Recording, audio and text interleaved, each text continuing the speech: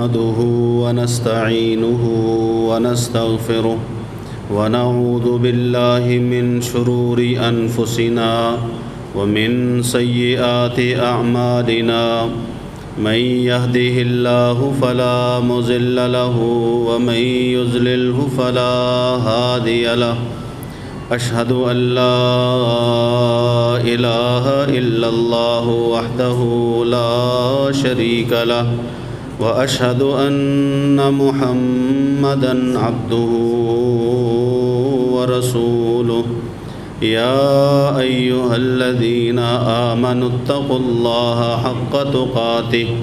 ولا تموتن إلا وأنتم مسلمون يا أيها الناس اتقوا ربكم الذي خلقكم من نفس واحدة وخلق منها زوجها وبث منهما رجالا كثيرا ونساء واتقوا الله الذي تساءلون به والأرحام إن الله كان عليكم رقيبا يا أيها الذين آمنوا اتقوا الله وقولوا قولا سديدا يصلح لكم أعمالكم ويغفر لكم ذنوبكم ومن يطع الله ورسوله فقد فاز فوزا عظيما أما بعد فإن خير الحديث كتاب الله وخير الهدي هدي محمد صلى الله عليه وسلم وشر الأمور محدثاتها وكل محدثة بدعة وكل بدعة ضلالة وكل ضلالة في النار إن الله وملائكته يصلون على النبي يا أيها الذين آمنوا صلوا عليه وسلموا تسليما اللهم صل على محمد وعلى آل محمد كما صليت على إبراهيم وعلى آل إبراهيم إنك حميد مجيد اللهم بارك على محمد وعلى آل محمد كما باركت على إبراهيم وعلى آل إبراهيم إنك حميد مجيد أعوذ بالله من الشيطان الرجيم بسم الله الرحمن الرحيم إن الذين قالوا ربنا الله ثم استقاموا تتنزل عليهم الملائكة ألا تخافوا ولا تحزنوا وأبشروا بالجنة التي كنتم توعدون نحن أولياؤكم في الحياة الدنيا وفي الآخرة ولكم فيها ما تشتهي أنفسكم ولكم فيها ما تدعون نزلا من غفور رحیم۔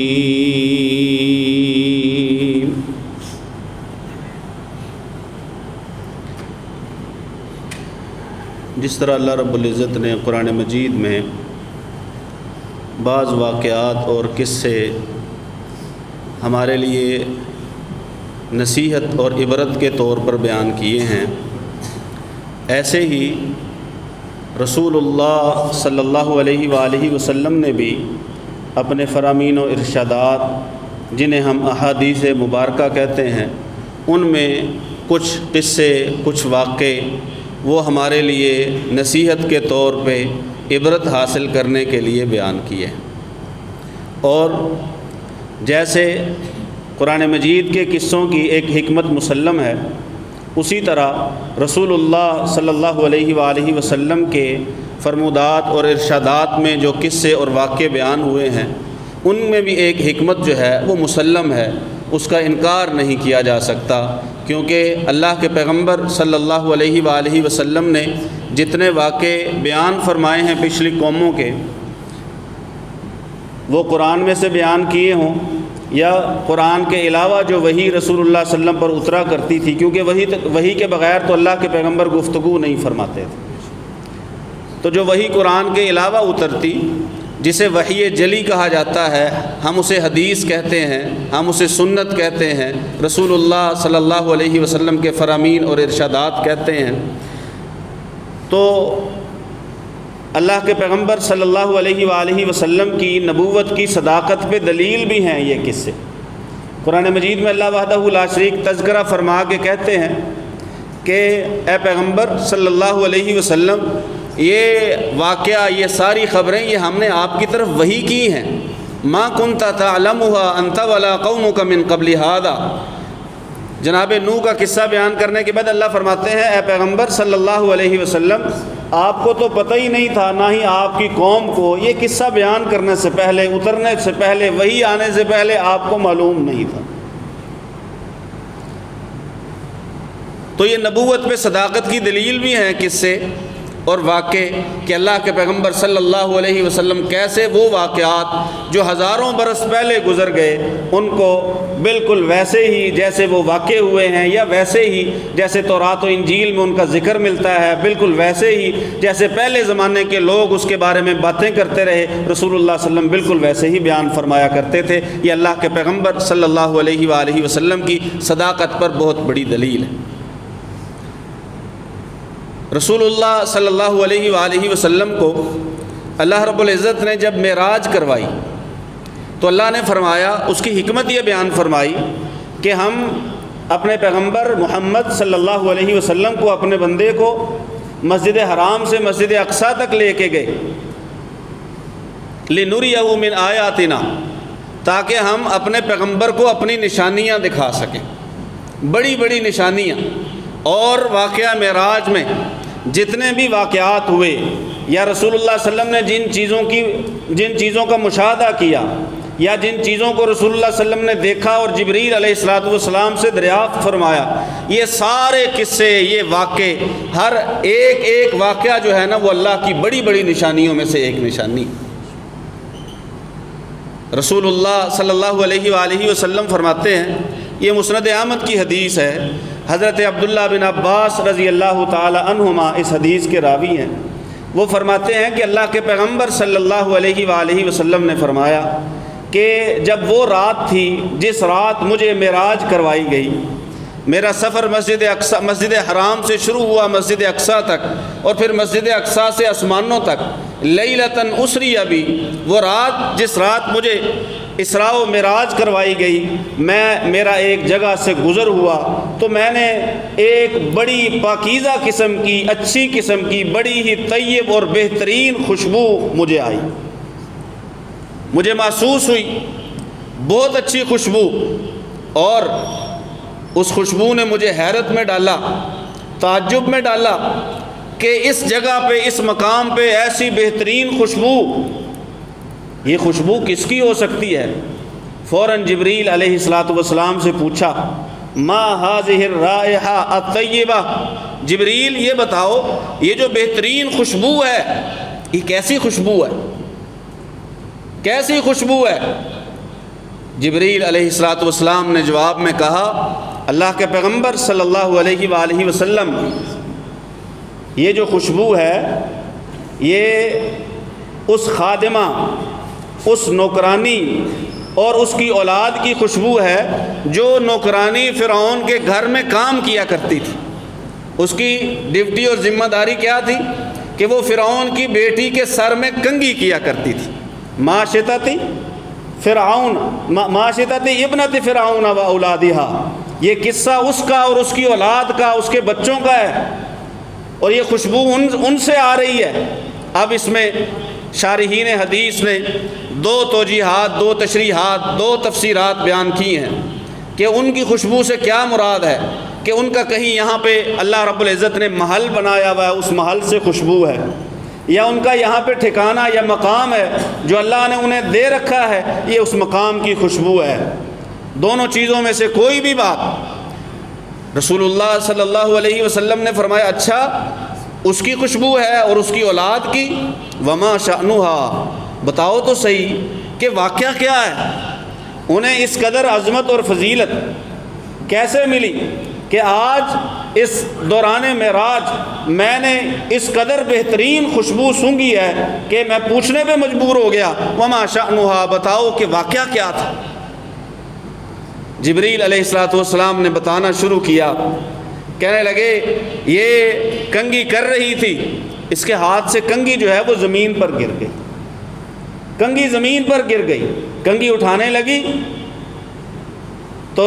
زبان سے جو کلمہ، جو جملہ نکلا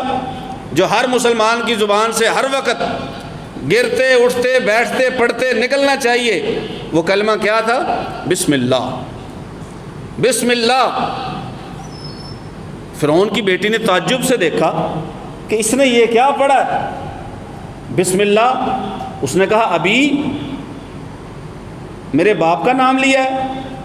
یہ میرے باپ کا تذکرہ، کیونکہ وہ فرعون بھی اپنے آپ کو رب کہلوایا کرتا تھا، انا ربکم الاعلی، تمہارا سب سے بلند رب تو میں ہی ہوں۔ اس نے کہا ابھی میرے باپ کا نام لیا ہے۔ اور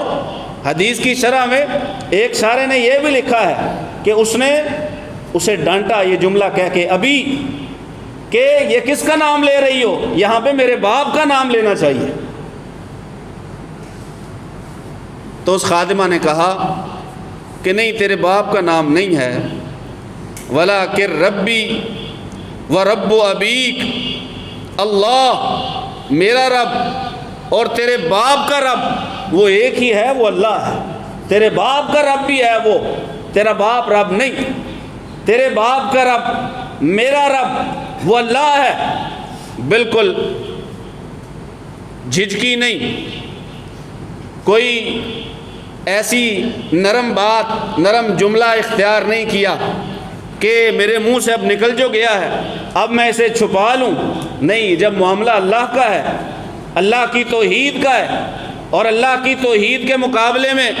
شرک آپ کے سامنے رکھا جا رہا ہے، تو سبق یہی ملتا ہے کہ پھر جو ہے وہ ڈپلومیسی اختیار نہ کرو، پھر منافقت مداہنت نہ دکھاؤ، پھر بات کو نرم کرنے کی، چھپانے کی یا معذرت خواہانہ رویہ سامنے رکھنے کی ضرورت نہیں ہے، پھر صاف کہو۔ اس نے صاف کہا ربی ولیکن ربی ورب ابیک، میرا بھی رب ہے، تیرے باپ کا بھی رب۔ فرعون کی بیٹی کہنے لگی اخبرہو، بتاؤں اپنے باپ کو، بتا دوں کہ تو نے یہ کیا ہے اور یہ کہا ہے؟ ان کا کوئی بات نہیں، بتا دو، بتا دو، جب عقیدہ یہ ہے کہ اللہ رب ہے تو بتا دو جا کے۔ اس نے فرعون کو بتا دیا کہ یہ واقعہ ہوا ہے، میں نے اس پہ سوال کیا ہے اور یہ جو ہے وہ مجھے جواب دیا گیا ہے۔ فرعون نے کہا بلاؤ اس کو بلایا گیا۔ فرعون نے پوچھا کیا میرے علاوہ بھی تیرا کوئی معبود ہے؟ میں تو ہوں، مجھے دنیا سجدے کرتی ہے، عبادت کرتی ہے میری، میں بادشاہ ہوں، رب اعلیٰ ہوں، میرے علاوہ بھی معبود ہے جس کا تو نے نام لیا ہے؟ اس نے کہا ہاں، بالکل وہی انداز جو فرعون کی بیٹی کو جواب دیا وہی فرعون کو جواب دیا۔ کہنے لگی ہاں ربی و ربک، میں نے تو اس وقت بھی کہا تھا کہ تیرے باپ کا بھی رب ہے، میرا بھی رب ہے، تیرے سامنے بھی کہتی ہوں میرا رب اور تیرا رب، اور وہ ایک ہی ہے، اللہ ہے۔ فرعون غصے میں آیا۔ قرآن مجید نے فرعون کے ظلم کا تھوڑا سا نقشہ جو ہے سورہ فجر میں بیان فرمایا ہے، وَفِرْعَوْنَ ذِی الْأَوْتَادِ، فرعون اس قدر ظالم کہ اپنی بات نہ ماننے والے کو تختے پہ رکھ کے اس کے جسم میں میخیں گڑوا دیا کرتا تھا، میخوں سے پورے جسم میں میخیں گڑوا کے اسے تختے پہ ٹانگ دیا کرتا تھا تاکہ عبرت رہے۔ اس قدر جو ہے اذیت ناک سزا دیا کرتا تھا، اس قدر ظالم تھا۔ اور بنی اسرائیل کے بچوں کا قصہ وہ تو قرآن مجید نے کئی جگہوں پہ بیان فرمایا ہے کہ اس کی سلطنت میں صاف اعلان یہ تھا کہ بنی اسرائیل میں جس گھر میں بھی بیٹا پیدا ہو، بیٹی پیدا ہو، اسے نہیں مارنا، بیٹا پیدا ہو پہلے ہی دن شیر خار کو، دودھ پیتے کو پہلے دن ہی مار دینا، اس قدر ظالم تھا۔ اس کے سامنے بالکل کلمہ حق کہا، فرعونوں کے سامنے کھڑے ہو کے کلمہ حق کہنا، سچی بات کرنا، مخالفت کے باوجود، انجام نظر آنے کے باوجود، یہ اللہ رب العزت کے نیک بندوں کا شیوا ہے۔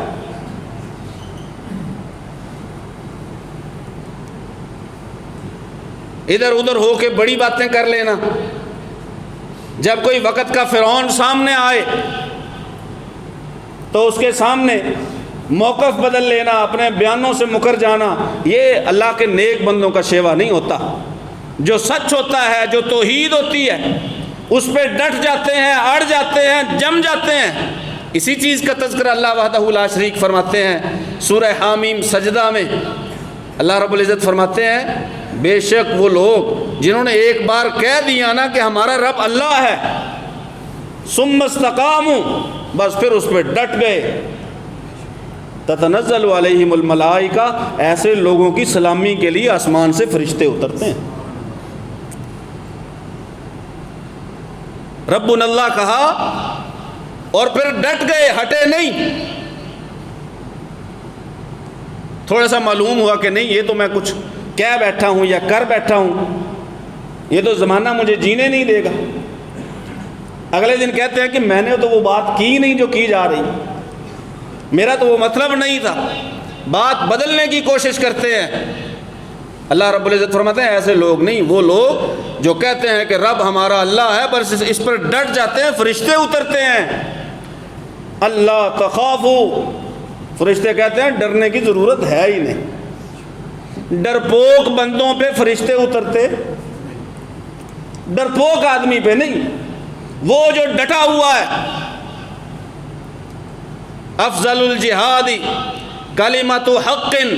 عند سلطان جائر، رسول اللہ صلی اللہ علیہ وسلم کا فرمان ہے سب سے بہترین جہاد یہ ہے کہ بندہ ظالم حکمران کے سامنے کھڑے ہو کے کلمہ حق کہے، ظالم حکمران کے سامنے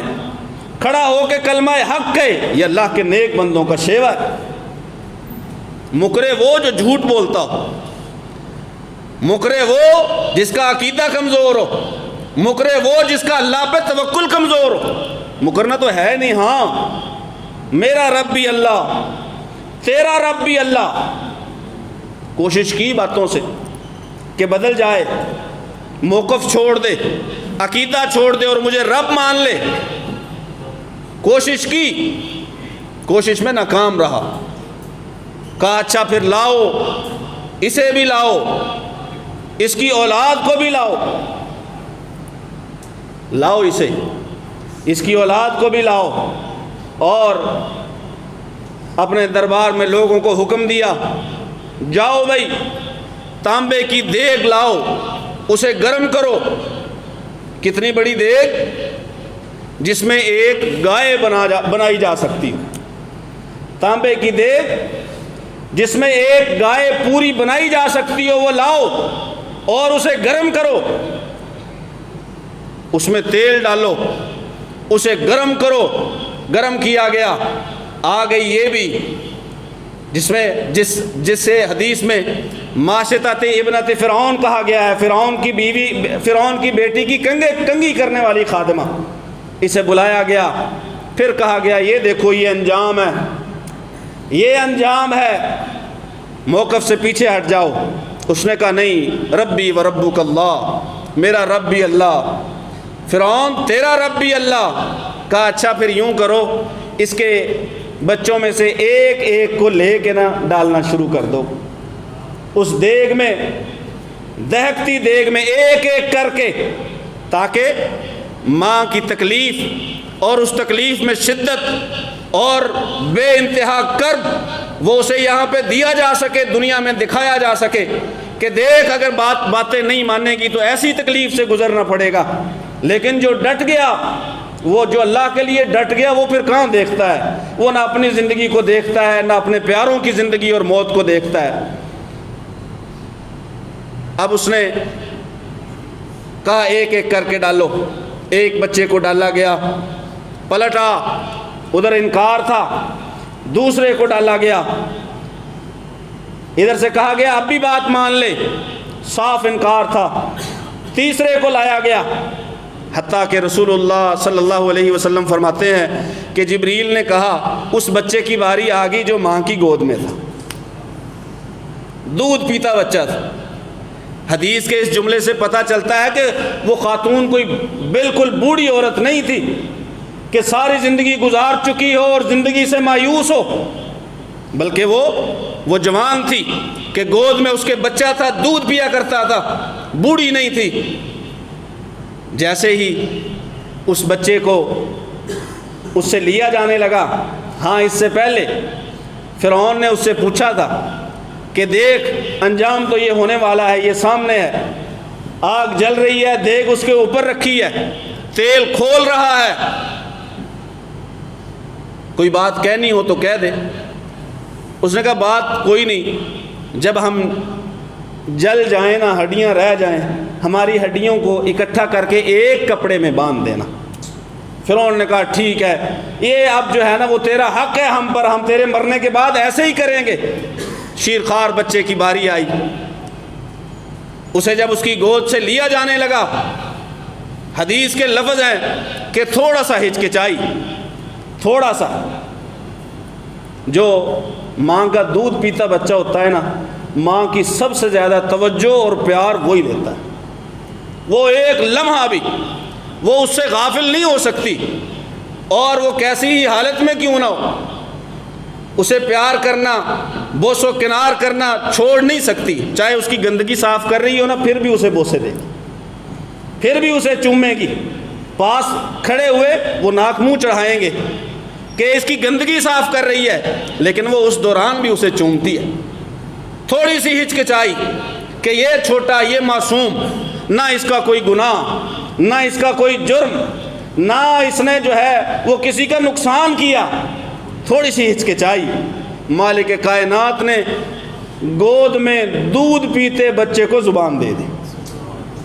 حضرت عبداللہ بن عباس رضی اللہ تعالیٰ عنہ فرماتے ہیں مسند احمد کی اسی حدیث میں کہ 4 لوگ ایسے ہیں جنہوں نے بچپن میں بالکل شیرخواری میں کلام کیا ہے۔ ایک تو عیسیٰ بن مریم ہیں علیہ السلام، اور دوسرے صاحب جریج ہیں، وہ جس نے جریج کی بے گناہی کی گواہی دی تھی، اور تیسرا وہ ہے جس نے حضرت یوسف علیہ السلام کی پاک دامنی کی گواہی دی تھی، اور چوتھا یہ ماشطہ کا بیٹا، چوتھا یہ 4 بندے ایسے ہیں جنہیں اللہ وحدہ لا شریک نے معجزاتی طور پہ بچپن میں شیرخواری میں، جب وہ بولنے بات کرنے کے قابل نہیں تھے، اللہ وحدہ لا شریک نے انہیں زبان دی۔ عیسیٰ علیہ السلام کا تذکرہ تو اللہ نے قرآن مجید میں بھی فرمایا۔ اللہ رب العزت فرماتے ہیں مریم سے کہا گیا تو نے نہیں بولنا، بات نہیں کرنی، کوئی کچھ پوچھتا رہے، بات نہیں کرنی۔ لوگ باتیں پوچھنے لگے، مریم یہ کیا،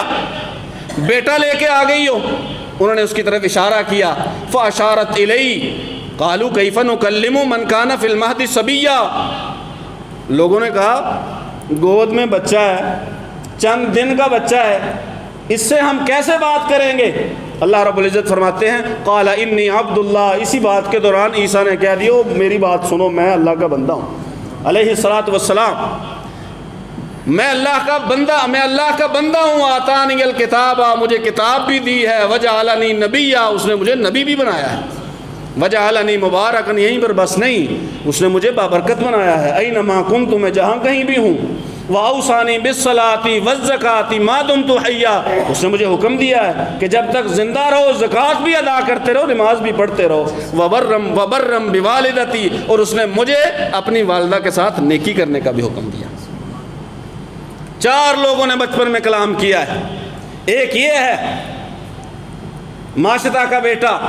گود میں ہے، شیر خوار ہے، اس نے کہا یا اماں، اے ماں، ان عذاب الدنیا اہون من عذاب الآخرہ، یہ جو دنیا کی سزا ہے آخرت کے مقابلے میں کچھ نہیں ہے جو ملنے والا ہے۔ فرعون کی بیوی کا آپ واقعہ پڑھیں، سورہ تحریم کے آخر میں اللہ وحدہ لا شریک نے بیان بھی فرمایا۔ فرعون کی بیوی کا واقعہ پڑھیں، پورا واقعہ جب آپ پڑھیں تو جیسے ہی اس کے جسم میں کیل اور میخ ٹھونکے گئے وہ مسکرا رہی ہے، مسکراتی ہے۔ اس سے پوچھا جاتا ہے مسکرا کیوں رہی ہو، مسکراتی کیوں ہو؟ اس نے کہا یہ تکلیف کچھ بھی نہیں ہے، اس کے مقابلے میں جو اللہ مجھے اب دکھا رہا ہے نا وہ کہیں بہتر ہے، اس مقابلے میں یہ تکلیف کچھ نہیں۔ اس نے بھی یہی کہا ماں، دنیا کی سزا آخرت کی سزا کے مقابلے میں کچھ نہیں، اور دنیا کی سزا آخرت کے انعام کے مقابلے میں بھی کچھ نہیں ہے۔ اقتحمی، یہ تو مجھے چھین رہے ہیں نا، میں تو جا رہا ہوں، تو بھی بیچ میں کود جانا۔ اقتحمی، تو بیچ میں کود جانا۔ رسول اللہ صلی اللہ علیہ وآلہ وسلم نے فرمایا وہ جو ماں تھوڑی دیر پہلے ہچکچا رہی تھی کہ یہ میرا بچہ اور میں دونوں یا اب اس میں ڈلیں گے، وہ ماں جو ہے اپنی جگہ پہ قائم ہو گئی۔ ثم استقاموا، اس نے استقامت اختیار کی،